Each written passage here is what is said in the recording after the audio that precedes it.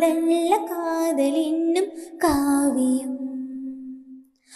அன்றும் இன்றும் என்றும் முந்தன் கையில் தஞ்சம், பாவையல்ல பாவை பேசும் ஓவியம்.